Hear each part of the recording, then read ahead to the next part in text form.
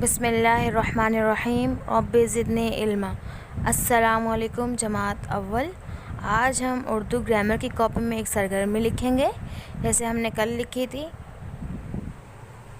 اوپر لکھیں سرگرمی اور پھر نیچے دنوں کے نام، یہ ٹائٹل پیج ہے۔ تو بچوں بتائیے ہفتے میں کتنے دن ہوتے ہیں؟ 7 دن ہوتے ہیں۔ کتنے دن ہوتے ہیں ہفتے میں؟ 7۔ پیر، منگل، بدھ، جمعرات، جمعہ، ہفتہ، اتوار۔ چلیے میرے ساتھ دہرائیے۔ پیر، منگل، بدھ، جمعرات، جمعہ، ہفتہ، اتوار۔ اب اس سے آگے ہم اردو گرامر کی کاپی میں سوال لکھیں گے۔ ہفتے کے دنوں کے نام لکھیں۔ بلو کلر سے سوال لکھیں، ہفتے کے دنوں کے نام لکھیں۔ اب آپ سب کو نام آ گئے نا؟